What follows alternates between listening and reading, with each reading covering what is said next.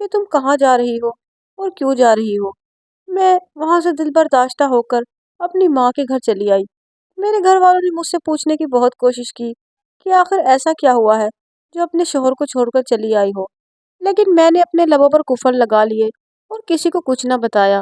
گھر میں بھی سب لوگ بےحد پریشان تھے۔ امی مجھ سے بار بار پوچھتی لیکن میں کچھ نہ بولتی۔ ایک دن یوں ہی بیٹھے بیٹھے مجھے آمنہ کا خیال آیا اور ساتھ ہی اپنی نند کی بات بھی یاد آئی کہ میرے شوہر کی سابقہ محبوبہ کا نام بھی آمنہ تھا۔ کہیں یہ میری دوست آمنہ ہی تو نہیں، کیونکہ آمنہ میری بچپن کی دوست تھی اور 10ویں جماعت کے بعد آمنہ اپنے ابا کے ساتھ شہر شفٹ ہو گئی تھی اور اس کے بعد میرا اس سے رابطہ نہیں ہوا۔ ایک دن میرا آمنہ سے بازار میں ٹکراؤ ہوا اور پھر ہمارا رابطہ شروع ہو گیا۔ میں نے اسے یہ بتایا کہ میں شادی شدہ ہوں۔ اس نے مجھے بتایا کہ اس نے بھی شادی کر لی ہے۔ میں نے آمنہ کا نمبر ملانا چاہا لیکن وہ بند تھا۔ کئی دن یوں ہی گزر گئے۔ ایک دن شام کے وقت اچانک ہی میرا شوہر آ گیا۔ اسے دیکھ کر میں بہت زیادہ حیران ہوئی۔ وہ میرے کمرے میں آیا اور مجھے کہنے لگا چلو میں تمہیں لینے کے لیے آیا ہوں۔ میں نے کہا جب میں آ رہی تھی تب تو آپ نے مجھے ایک بار بھی نہیں روکا۔ وہ کہنے لگا کہ تم اس وقت غصے میں تھی، اگر میں تمہیں روکتا بھی تو تم میری بات نہ مانتی۔ میں نے کہا کہ میں اس وقت تک تمہارے ساتھ نہیں جاؤں گی جب تک تم مجھے یہ نہیں بتاؤ گے کہ اپنی جیب میں ہر وقت کیا چھپا کے رکھتے ہو اور اپنے ناک میں دیسی گھی کیوں لگاتے ہو، اور دوسری بات میرے ساتھ اتنا سخت رویہ کیوں رکھتے ہو اور مجھے اس کمرے میں بھی نہیں آنے دیتے۔ میرے ان سوالوں پر وہ بہت افسردہ ہو گیا اور مجھے کہنے لگا کہ مجھے ایک بہت بڑی بیماری ہو گئی تھی، پیٹ میں کینسر کی، اور سیکنڈ لاسٹ سٹیج تھا۔ میں نے گھر میں کسی کو بھی نہیں بتایا تھا۔ اس بیماری کا میں نے بہت زیادہ علاج کروایا اور طرح طرح کے ڈاکٹروں کے پاس گیا، لیکن مجھے کہیں سے بھی آرام نہ ملا اور میں باپ بھی نہیں بن سکتا تھا۔ آخر کار تھک ہار کر میں ایک حکیم کے پاس گیا جس کے بارے میں میرے ایک دوست نے مجھے بتایا تھا۔ حکیم نے مجھے کہا کہ اگر میں اپنی ناک میں دیسی گھی لگایا کروں اور کچھ گھنٹے آرام کے بعد سورہ رحمان پڑھا کروں، لائٹ بند کر کے، اور اس کے بعد کسی کو اپنی صورت نہ دکھاؤں اور وہ صورت اپنی جیب میں چھپا کر کمرے میں رکھ دوں، تو بہت جلد یہ بیماری ختم ہو جائے گی اور اس عرصے میں اپنی بیوی سے بھی دور رہوں۔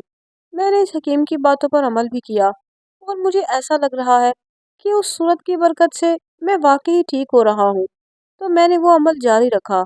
ایک دن میں نے تمہاری فون پر باتیں سن لی تھی، اسی لیے میں نے اندر سے کنڈی لگا لی، لیکن اس بیچ میں شدید بیمار ہو گیا تو میرا وہ عمل رک گیا، اور اس کے بعد تائی کا ہسپتال میں آنا اور پھر تمہیں ساری سچائی کا پتہ لگ جانا۔ مجھے لگا کہ تم مجھ سے شدید ناراض ہو گئی ہو اور اسی وجہ سے تم کچھ دن کے لیے سکون کرو، تب تک میں اپنا عمل بھی پورا کر لوں گا اور پھر تمہیں ساری سچائی بتا دوں گا۔ عمل پورا کرنے کے بعد اللہ نے اپنے فضل و کرم سے مجھے صحت یاب کر دیا ہے اور اب میں تمہیں لینے آیا ہوں۔